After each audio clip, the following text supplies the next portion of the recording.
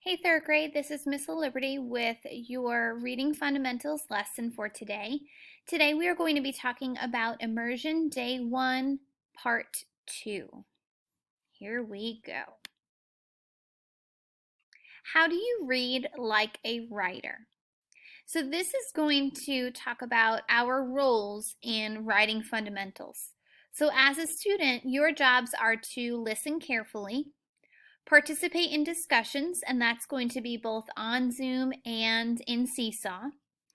Be prepared, try something new, work as a team. Remember, two brains are better than one. Be respectful, use your time wisely, take pride in your work, and remember to live and grow as a writer every day. As your teachers, we are also going to listen carefully. We will model what good writing looks like, and we will do that using some mentor text like the one that we are going to read today. We are also going to show you some of our own writing and even show you some of each other's writing when you all start to really live and grow as writers in this unit.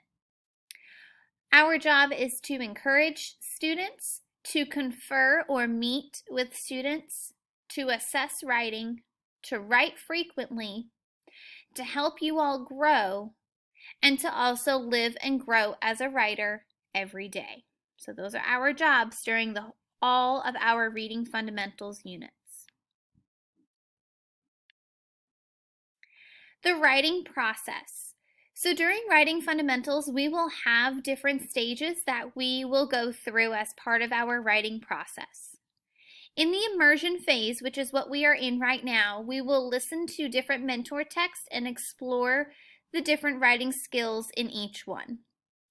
Next, we will generate ideas, which means we will write about our ideas and we will pick one idea to move on to next.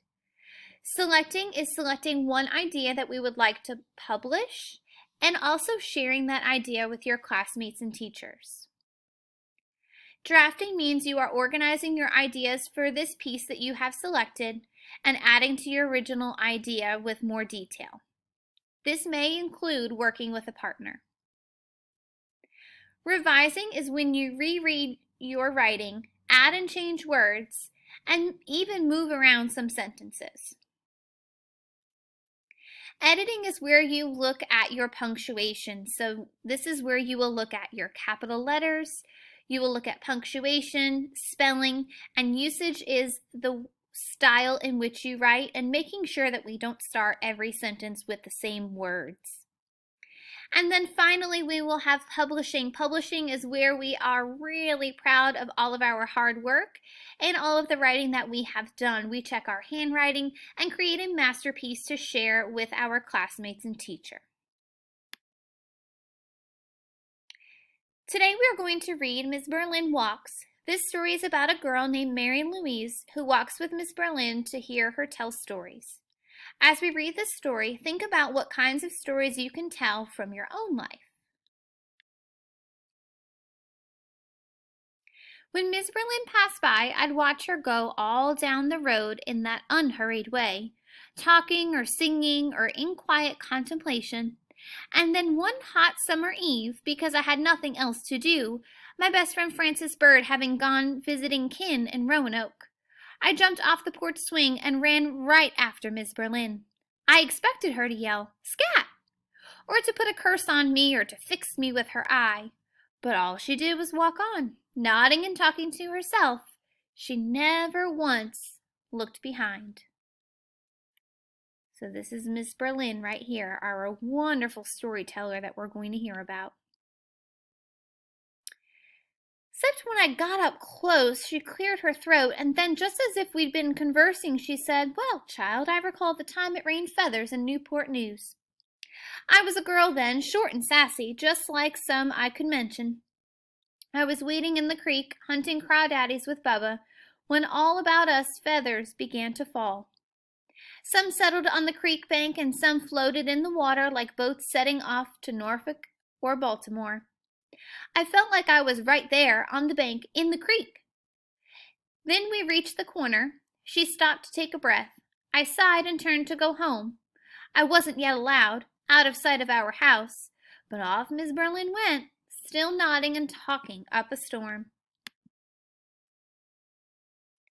Of course, next evening, right after supper, I waited the longest time, eating ice cream on the porch. I was fixing to ask her what happened to those feathers, 'cause I just had to know the way the story ended. The wind started up, rushing the treetops with a faint whis, whis. And suddenly there she was, coming up the sidewalk, a paper fan in her hand. I slipped off the porch and followed her step for step. She seemed not to know I was there, and started that story right where she had left off. There was feathers to the right and feathers to the left, tickling my nose and falling on Bubba's head. I finished my ice cream and wiped my sticky hands on my flower sunsuit. Without missing a step, without missing a word, she reached back and grabbed hold of my hand. Threading her fingers through mine, we walked side by side then, her telling more of the tale. So there I was in the creek, child. Some of those feathers, they were dove gray, and some were crow black, and some were dirty white, like seagulls after the swill. But one rained right into my hand, and it was all over gold. Just then we'd got to the block's end, and I had to go home. No time for questions, no time for the end of the tale. Rules are rules, Mama says. Next evening, without even an ice cream, I waited on the porch.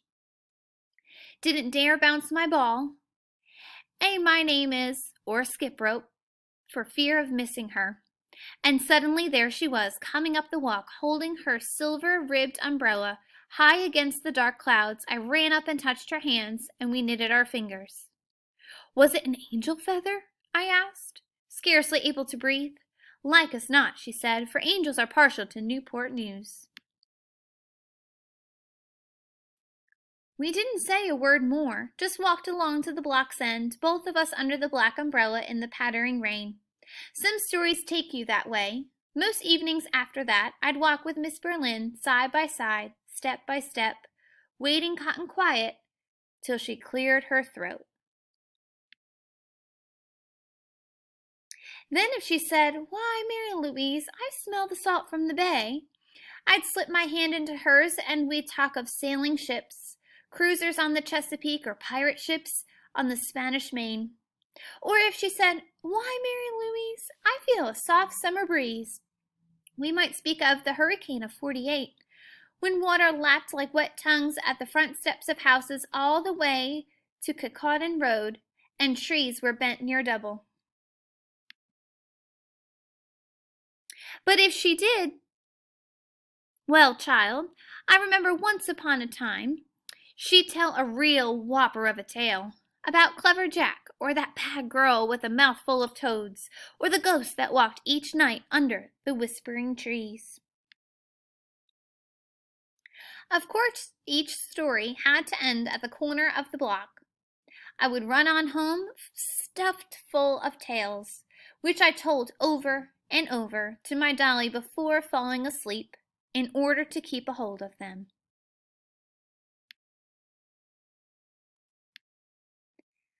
Wow, Miss Merlin was an amazing storyteller. She created stories out of her own memories. The stories that Miss Merlin told were meant to entertain her readers and listeners. Let's reflect on the story.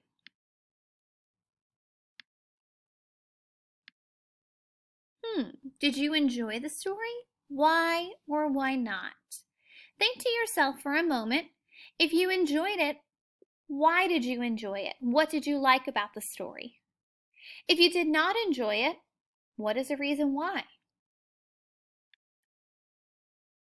What is a favorite memory of yours that you could tell someone?